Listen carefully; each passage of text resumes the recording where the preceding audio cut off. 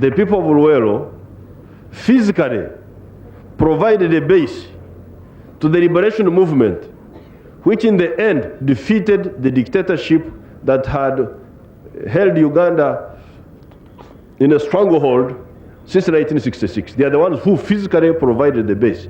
And for this really, for me, I will always regard Luwero as my political Mecca. Whenever the Muslims are praying, they look to Mecca. So for me, when I am talking about politics, I look in the direction of Luwero.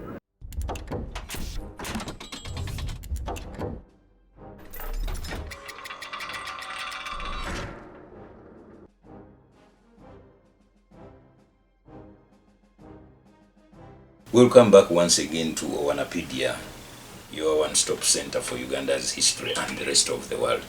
The name is Tony Geoffrey Owana, and behind there is Herbert Semiano. In the last one, we saw President Museveni's celebration and thanksgiving of his election victory in 1996. He had begun speaking, and in this one, he makes a very, very strong point when he says that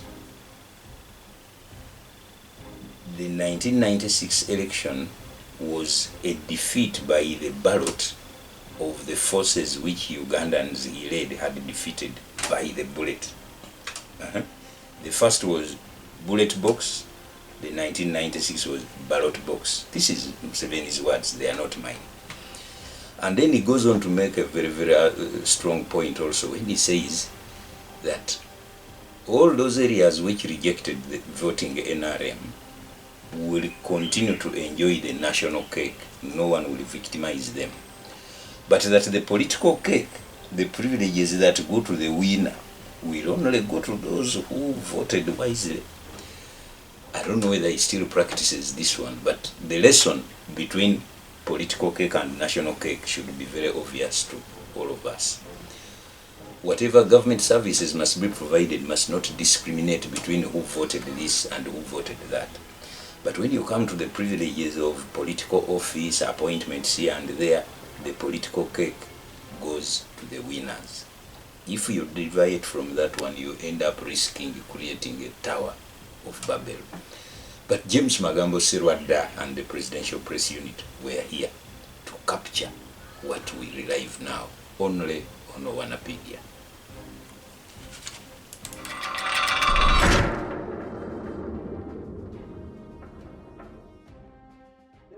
From 1981, the majority of the people in Uganda swung to the line of the national resistance movement as the only viable anti-dictatorship line that could get rid of the dictatorship.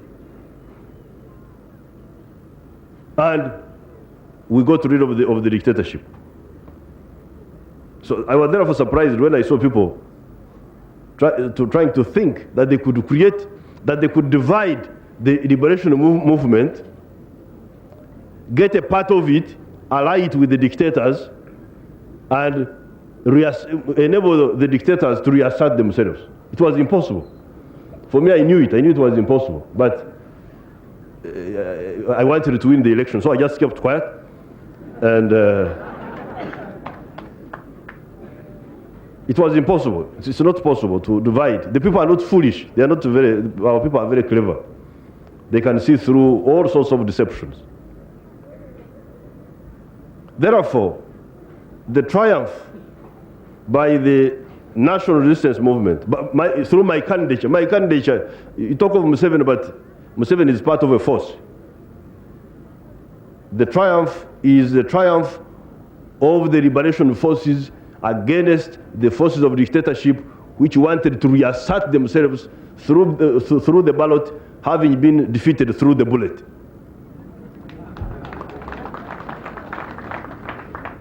I have been reading these newspapers. They're just useless, most of these papers.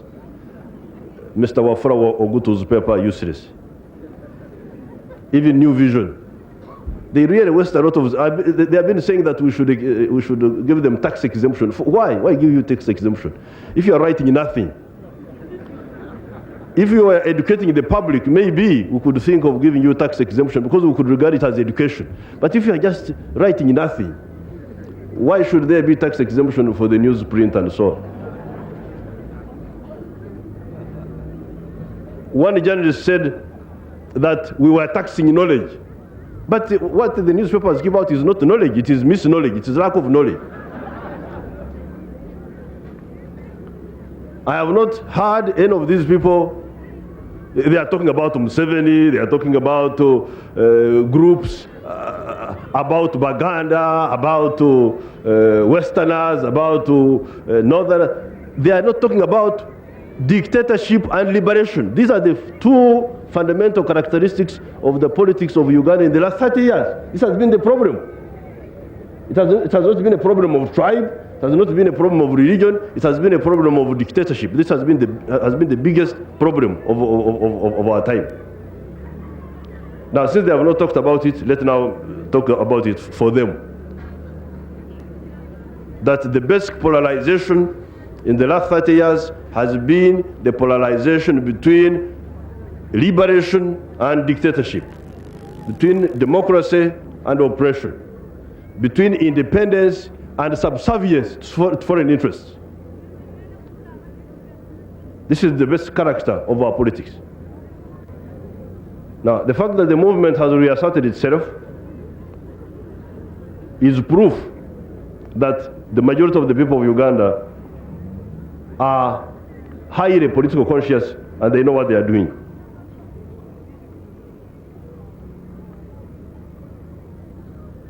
The high political consciousness of the people of Uganda is the one which has blunted the attempt by the dictators using some deserters from the liberation camp, or people who were never in the liberation camp in the first place, but who were sitting on the fence.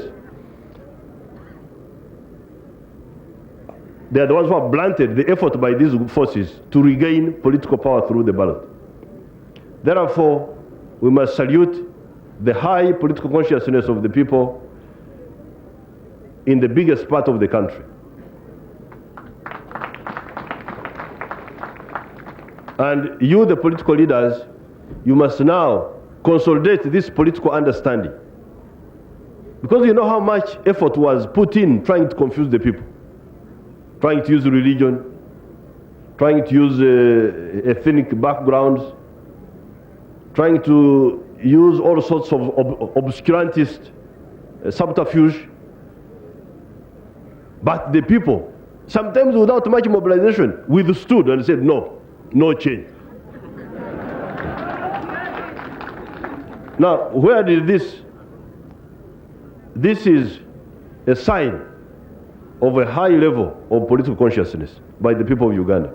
And if you, the leaders, if you bothered to nurture this consciousness, to give them information, to give the public information so that they are well informed, Uganda would be immunized forever against confusion. The new political dispensation, we shall have to be very strict on accountability.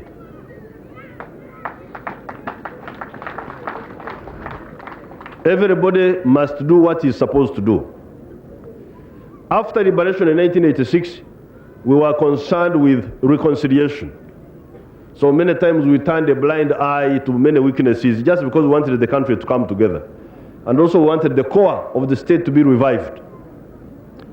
But these have now been revived. The core of the state is there, the army is there, the police is there, the judiciary is there, the economy is functioning all right. I think it is now time to be strict on accountability. If you can't manage, to lead, you go and do something else.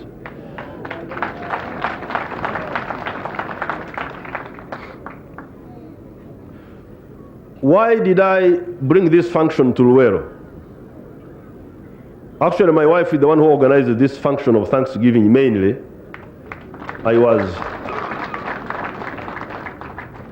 I was supporting her from a distance. But she organized it here in Luwero because I had already made my own decision to come and thank the people of Luwero politically. I had started my tours. I told her that I would start my thank you tours in Luwero. And that's why that's when she also had an idea that we could at the same time have Thanksgiving while I'm on the tour in Luwero.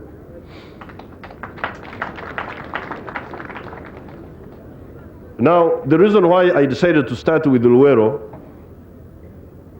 is for two reasons. First of all, during the campaign, we were not discussing very much. It was a bit superficial, because you would come, you rush, 6 rallies, you don't have time to discuss issues, just running around. But I think now I will have time to thank the people, to explain to the people. But secondly, Luwero is one part of our country that all Ugandans should hold in high esteem. This is because the people of Luwero physically provided a base to the liberation movement, which in the end defeated the dictatorship that had held Uganda in a stronghold since 1966. They are the ones who physically provided the base. And for this really, for me, I will always regard Luwero as my political Mecca. Whenever the Muslims are praying, they look to Mecca. So for me, when I am talking about politics, I look in the direction of Luwero. Because they are the ones who provided us with a physical base. They suffered, of course. Many people here were killed. Semogere said we had fought a senseless war. That's what Kawanga Paulo Semogere said. He said that we had fought a senseless war. Now, I don't know what sensible war Kawanga Semogere has ever fought, a sensible one. I don't know how people like Semogere think would have got rid of the dictatorship in Uganda if we had not fought in the manner we fought. Anyway, for me, I am convinced that there was no other way to get rid of the dictatorship. There was no other way to relaunch Uganda, both politically and even economically, without waging the war we waged. And I am eternally grateful for the people of Luwero for the physical base they provided us that enabled us to defeat the dictatorship. That's why, therefore, today I brought all of you, the political alumni of Uganda, of the National Resistance Movement, to come here, and together we salute the people of Luwero by having this ceremony here. In my manifesto, I have highlighted a number of things, and I would like to repeat them here. The coming government will address the question of roads in a more systematic manner. First of all, we are going to address the main roads. These main roads. Some of these main roads have not been good. Even the one to Gulu, I think they have started working on it now, but it was in a very bad situation. And there are some other main roads which are not good. But secondly, also the feeder roads. I no longer want to go to any of these feeder roads and find that they are impassable. It's not acceptable.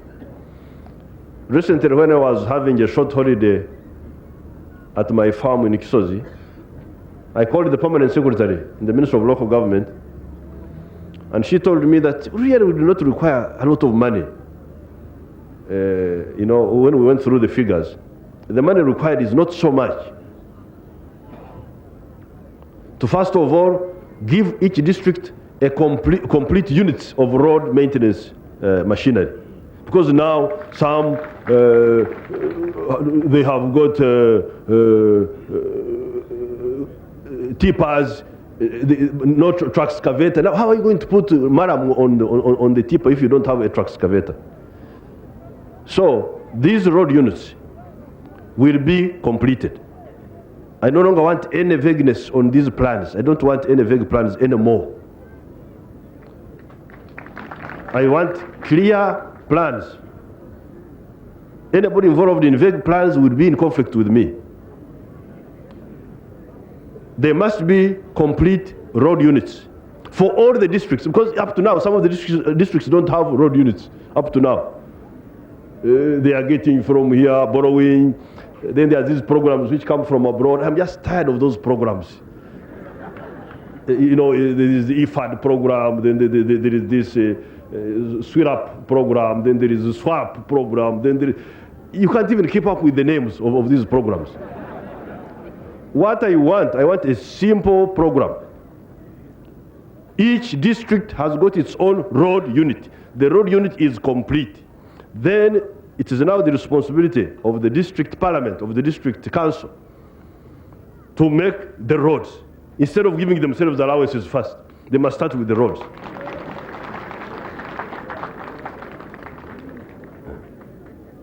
That must be the new contract we have with the public. This must be the new contract. So, first of all, the road units must be complete. Secondly, all the districts must have these units. The other time we waited for about 6 years. There was something called Badea.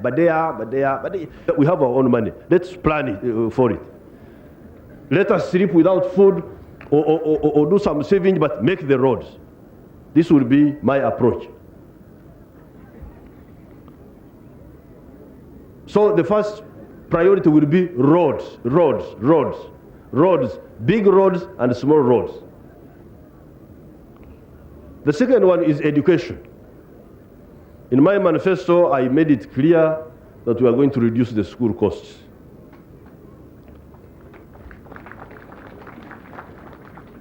And I am somebody who is not very foolish.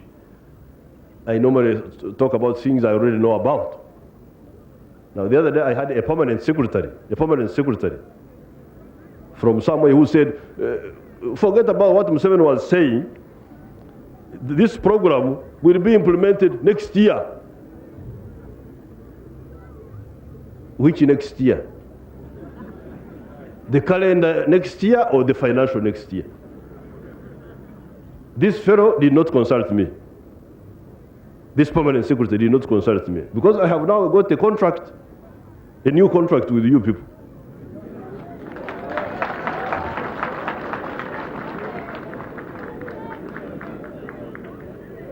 This permanent secretary was not part of the contract, from what I hear. The parties, the contract are only two, the public and Mr. Museveni, and those who campaigned for him. So who is this fellow to come as this year? Who are you? So I think now I have already sent a message to the head of the civil service. I've sent a message. When I was at Kisos, I sent a message through Kabanda here to the head of the civil service that from now on, know that there is an agreement. There is a contract between Mr. Museveni and the public. And nobody is allowed to interfere with this contract, whoever he is.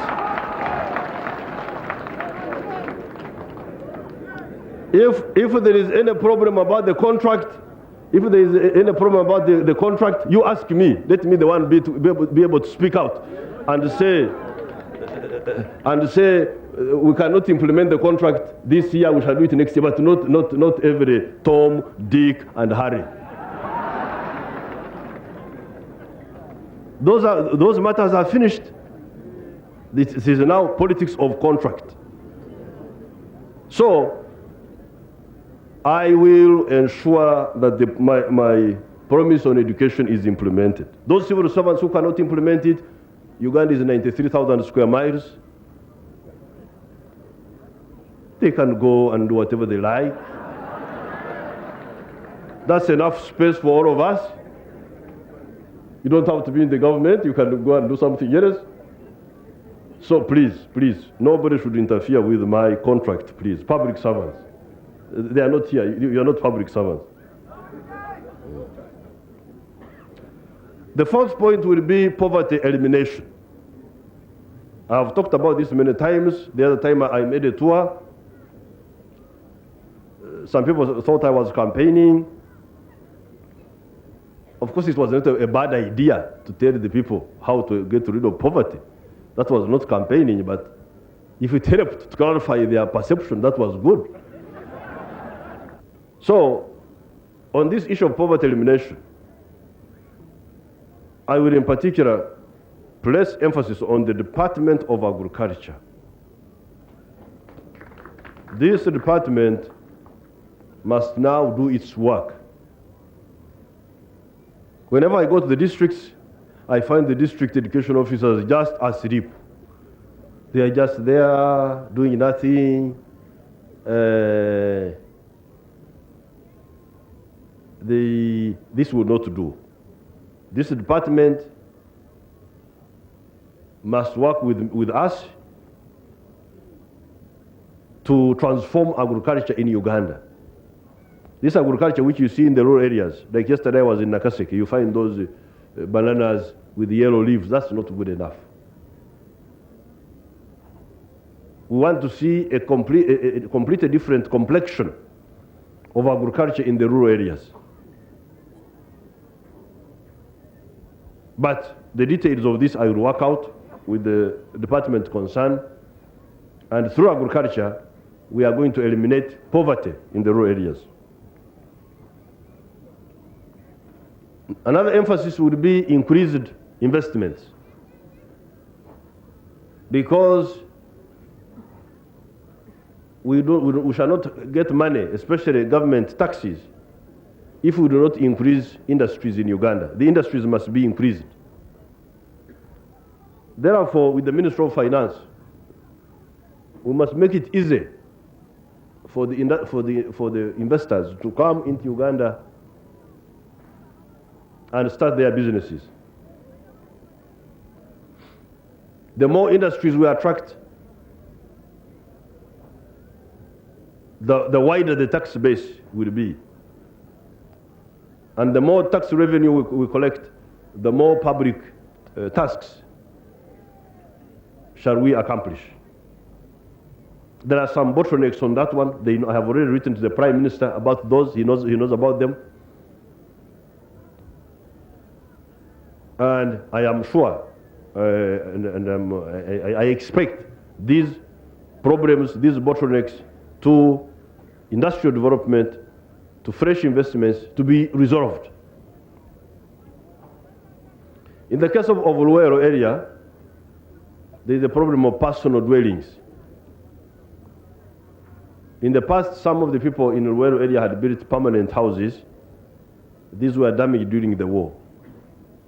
In the last 10 years, some attempt has been made to repair some of them.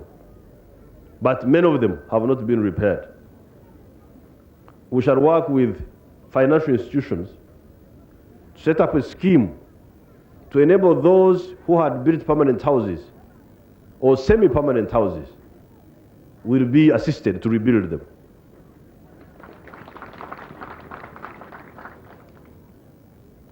As you heard, 75.5% of the people voted for me. In the votes which were cast, more than 75 were my votes. More than 75%.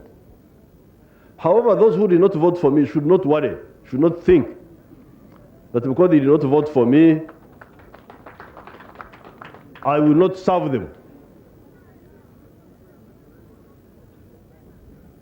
A president of Uganda is a president of Uganda, is a president of all people. Even the ones in prison,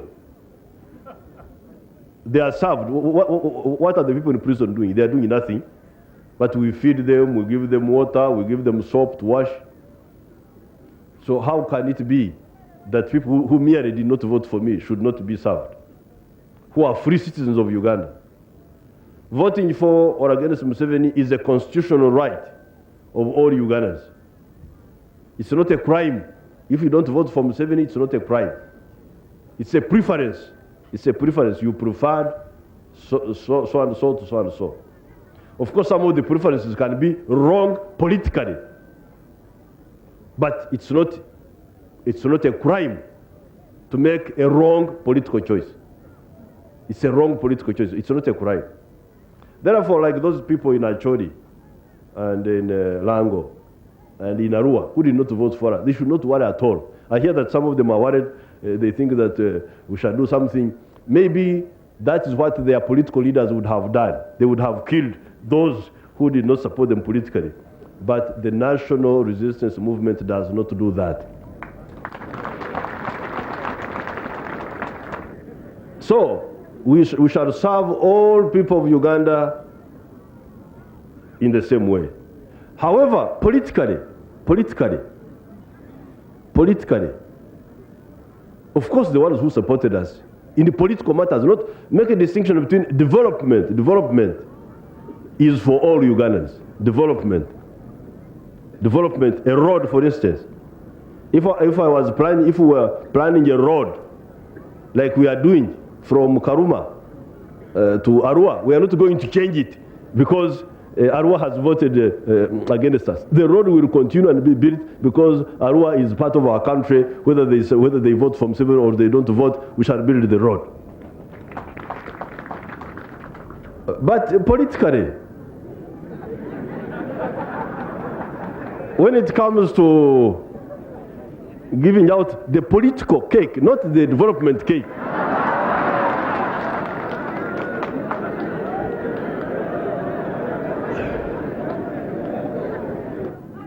but the political cake.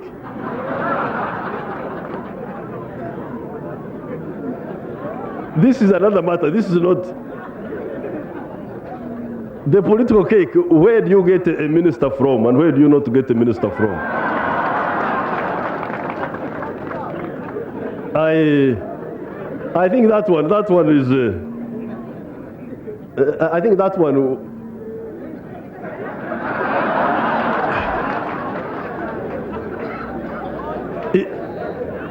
It will mainly be according to the input of vote. So if you vote wrong, so I think that one is clear. We are no longer going to reward politically people who are hostile politically. But development-wise, like for instance, last time, Semogwere was we captured Semogwere. You know, this Semogwere has been persistently in bad groups. In 1985, he was with Okero. I know Uganda people, they like to speak in English. But Uganda is not English. All the which understood or understand the child will be near with others, especially Dugu, Samugora, which doesn't understand Swahili. Can you be interpreters in slowly for the language? In 1985, he was with Okero. We captured him. We made him deputy prime minister. I, Paul Kawanga Semogerere, being appointed the Minister of Uganda, swear that I will at all times well and truly serve the Republic of Uganda in the office of a minister. We made him deputy prime minister. Deputy prime minister. And still, okay, now, if you prefer to be not with us, then there are those who prefer to be with us. Why not look at those instead of looking at this one? Thank you very much.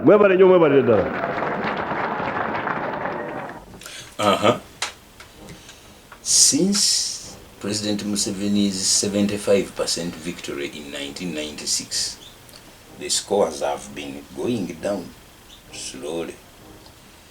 And the reasons for this going down will not be occupying us in this instance. But I hope that from the speeches that have been given, those who are in power and those who want to come to power to replace these are picking lessons of how to maintain popularity. I'll not elaborate further than that. If you want to keep enjoying our history on OwanaPaedia, please keep COVID-19 at bay. And the way to do it in Uganda, like I've always said, is to stay inside Yoweri's ark until such a time as when the dove brings back the message saying that the waters of COVID-19 have subsided.